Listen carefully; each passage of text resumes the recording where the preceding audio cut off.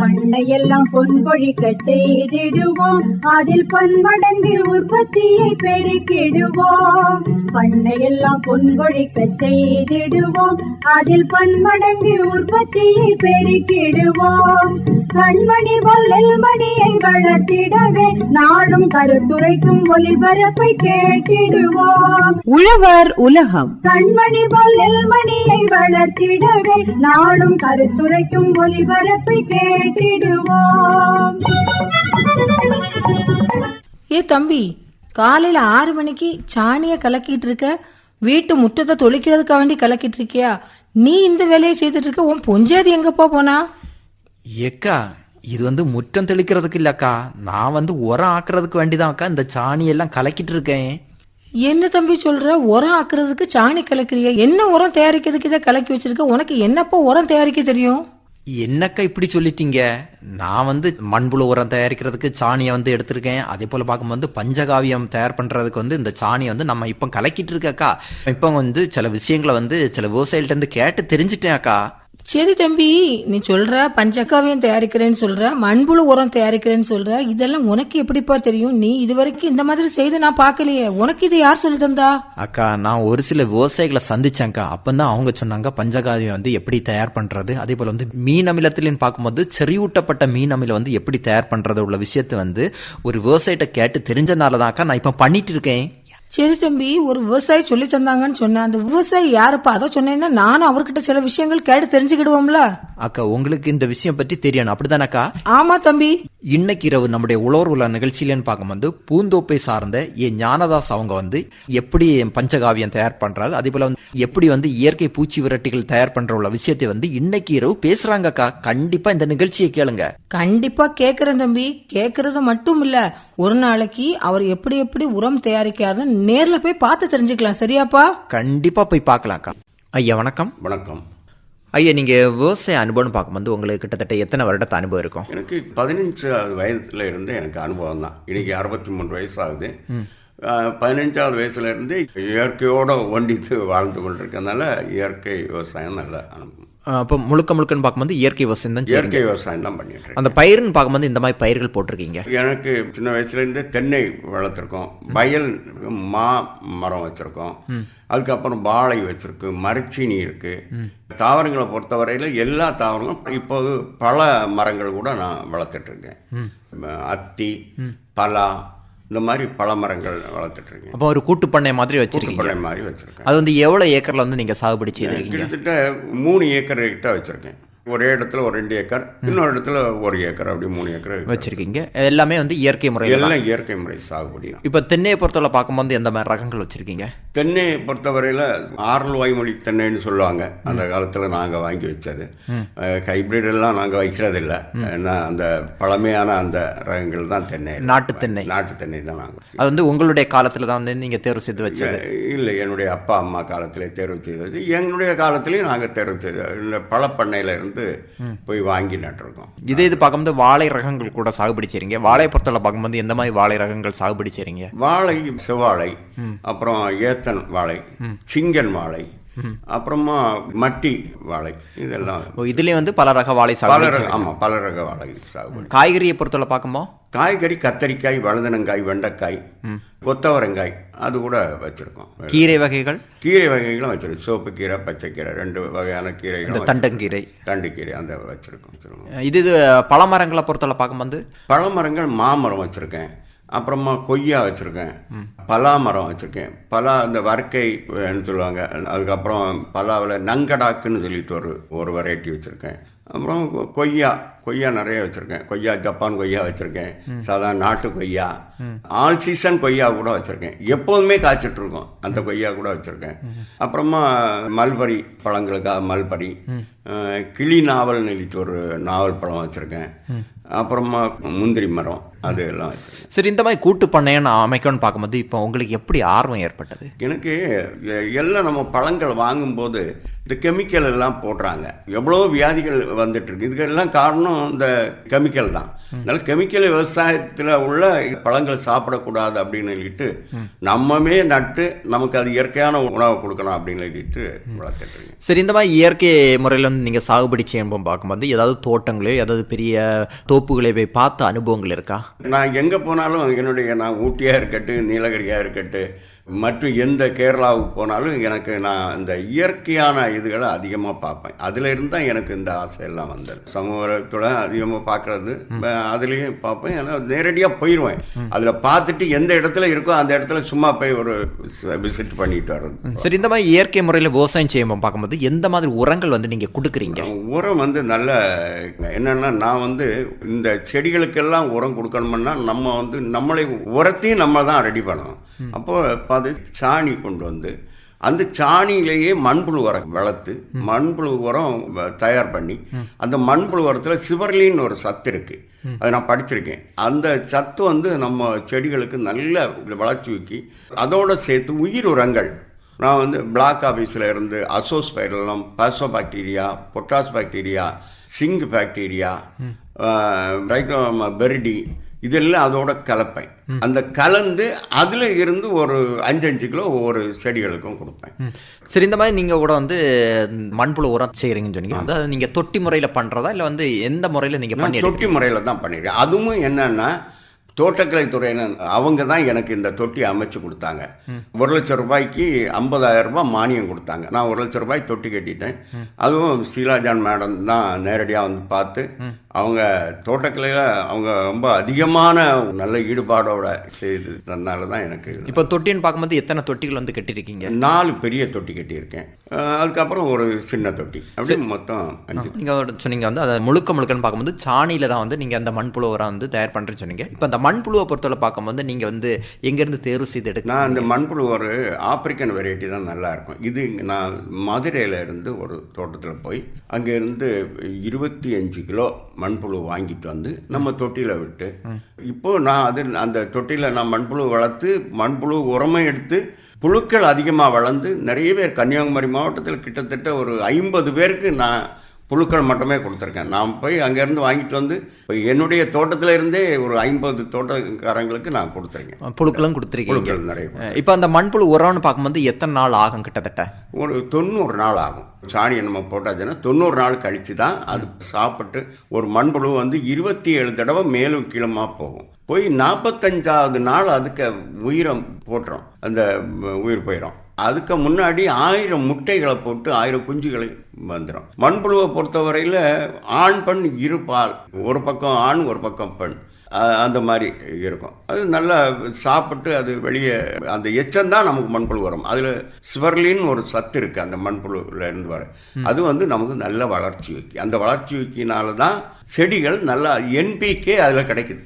சாதாரணமாக NPK, nitrogen, phosphorus, potash, இந்த மண்புழு உரத்தில் கிடைக்கும். இப்போ பொதுவாக பார்க்கும்போது நம்ம நைட்ரஜன், பாஸ்பரஸ், பொட்டாசுன்னு பார்க்கும்போது இந்த மாதிரி செயற்கை உரங்களை கொடுப்போம். அதே இது பார்க்கும்போது இந்த மண்புழு உரத்துலேயே வந்து நைட்ரஜன், பாஸ்பரஸ், பொட்டாசியம் வந்து இருக்க வாய்ப்பு இருக்கு.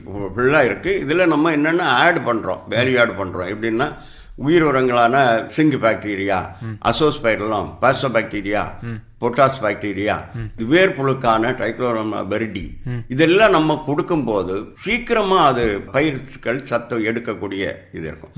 நான் இந்த அசோஸ்பைரலம் இதெல்லாம் என்னென்னா பயிர்களுக்கு இந்த சத்தை அதிகமாக எடுத்து கொடுக்கும். அதனால தான் இது நம்ம ஒரு கலவையோடு நம்ம செடிக்கு போட்டு கொடுத்தா நல்லா இருக்கும். இப்போ கிட்டத்தட்ட பார்க்கும்போது ஒரு 4 தொட்டி அமைச்சிருக்கீங்க. ஒவ்வொரு டைமில் வந்து எடுக்க அளவுக்குன்னு பார்க்கும்போது நீங்கள் மாறி மாறி வந்து முறைகள் பண்ணிட்டு இருக்கீங்க. ஆமாம், ஒரு தொட்டியில் இருந்து 90 நாள் கழித்தாச்சுன்னா ஒரு தொட்டியில் இருந்து மேலே வந்து ஒரு டீ தூள் மாதிரி படிஞ்சு அப்படியே வந்துடும்.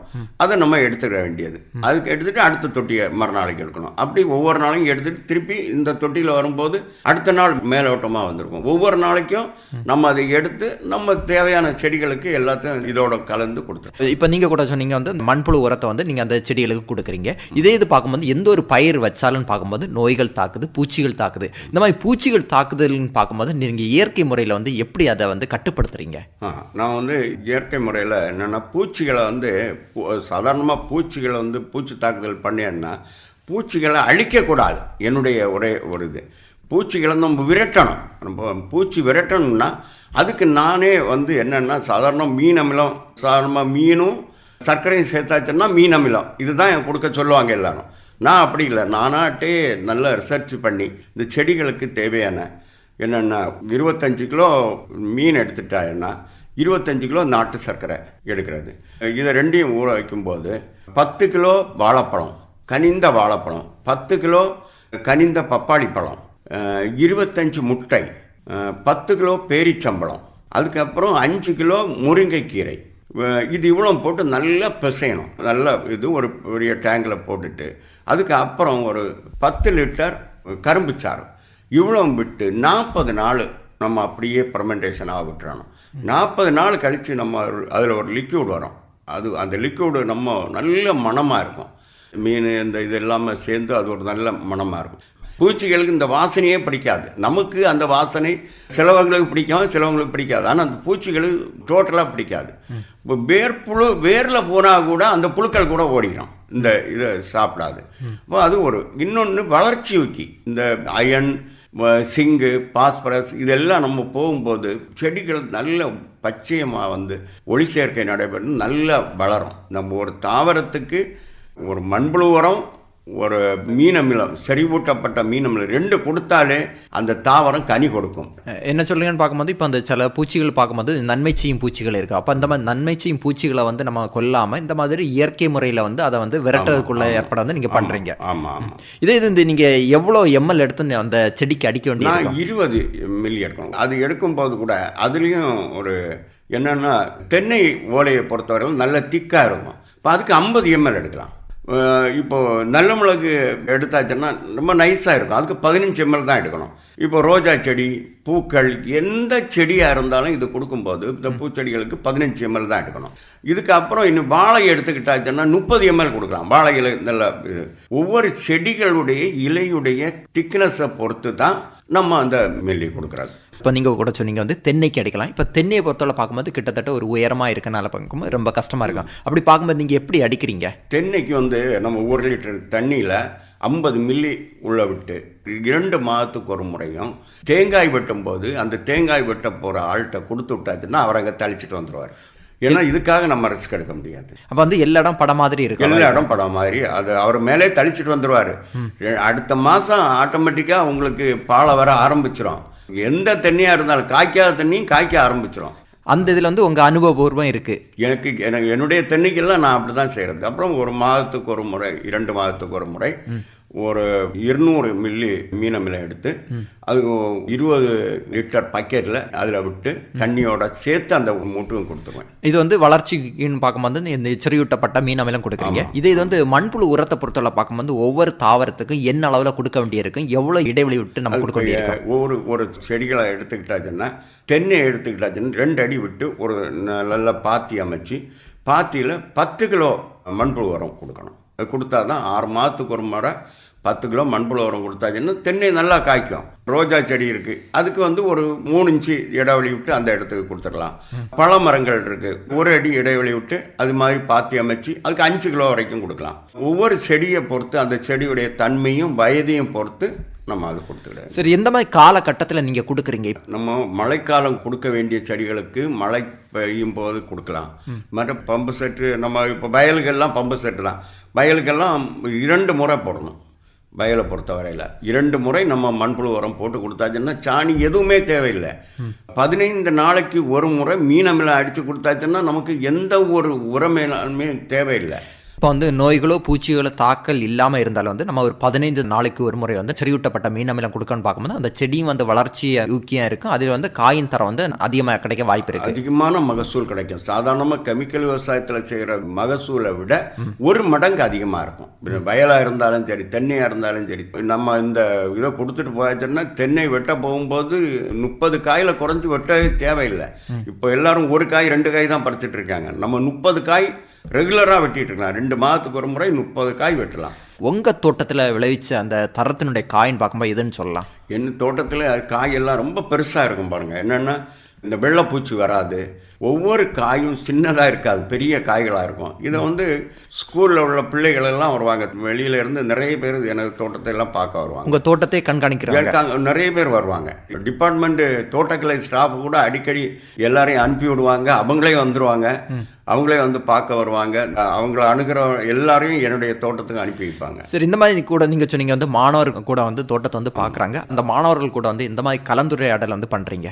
மாணவருக்கு நான் 1 மணி நேரம் அவங்களுக்கு டிஸ்கஸ் பண்ணி, ஏன்னா வருங்கால தலைமுறைகள் இப்போ அவங்க இதை தெரிஞ்சிருக்கணும். தெரிஞ்சிருந்தா அவங்களும் இது நாளைக்கு என்னென்ன அந்த இயற்கை விவசாயத்தை ஒவ்வொரு வீட்லேயும் 50 மாணவர்களுக்கு நான் கிளாஸ் எடுக்கிறேன்னா ஒரு 40 மாணவர்களாவது போய் செய்வாங்க இல்லையா, பிரயோஜனமாக இருக்கும். அவங்களுக்கு சின்ன வயசுலேயே அவங்களுக்கு ஒரு வியாதி இல்லாத வாழ்க்கை வாழலாம். ஒரு வருங்கால ஒரு இளைய தலைமுறை வந்து உருவாக்குறீங்க.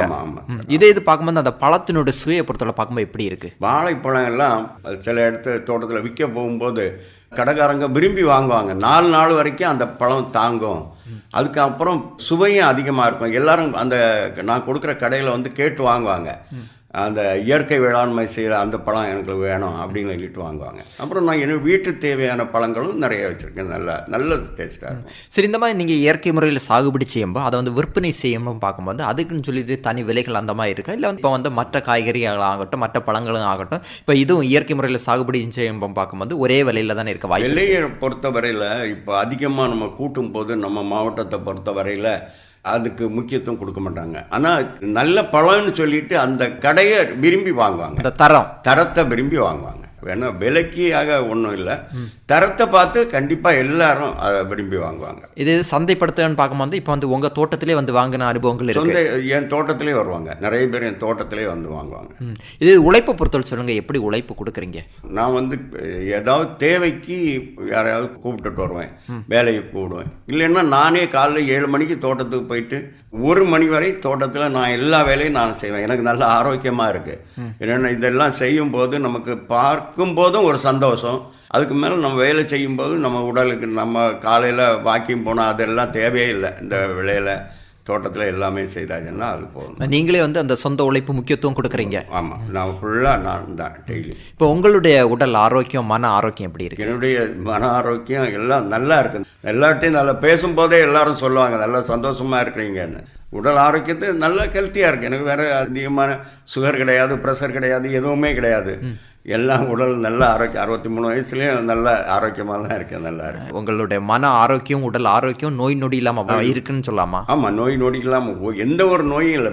சாதாரண மனுஷனுக்கு ப்ரெஷர் இருக்கும், சுகர் இருக்கும், இந்த மாதிரி வியாதிகள் இது எதுவுமே இல்லை. எந்த வியாதியும் இல்லாமல் இருக்கேன். நல்லா இருக்கு. இப்போ இவ்வளோ நேரம் வந்து இயற்கை விவசாயத்தின் முக்கியத்துவம் பற்றி நல்ல அருமையான கருத்துக்கள் சொன்னீங்க ஐயா. நன்றி, வணக்கம். நன்றி, வணக்கம்.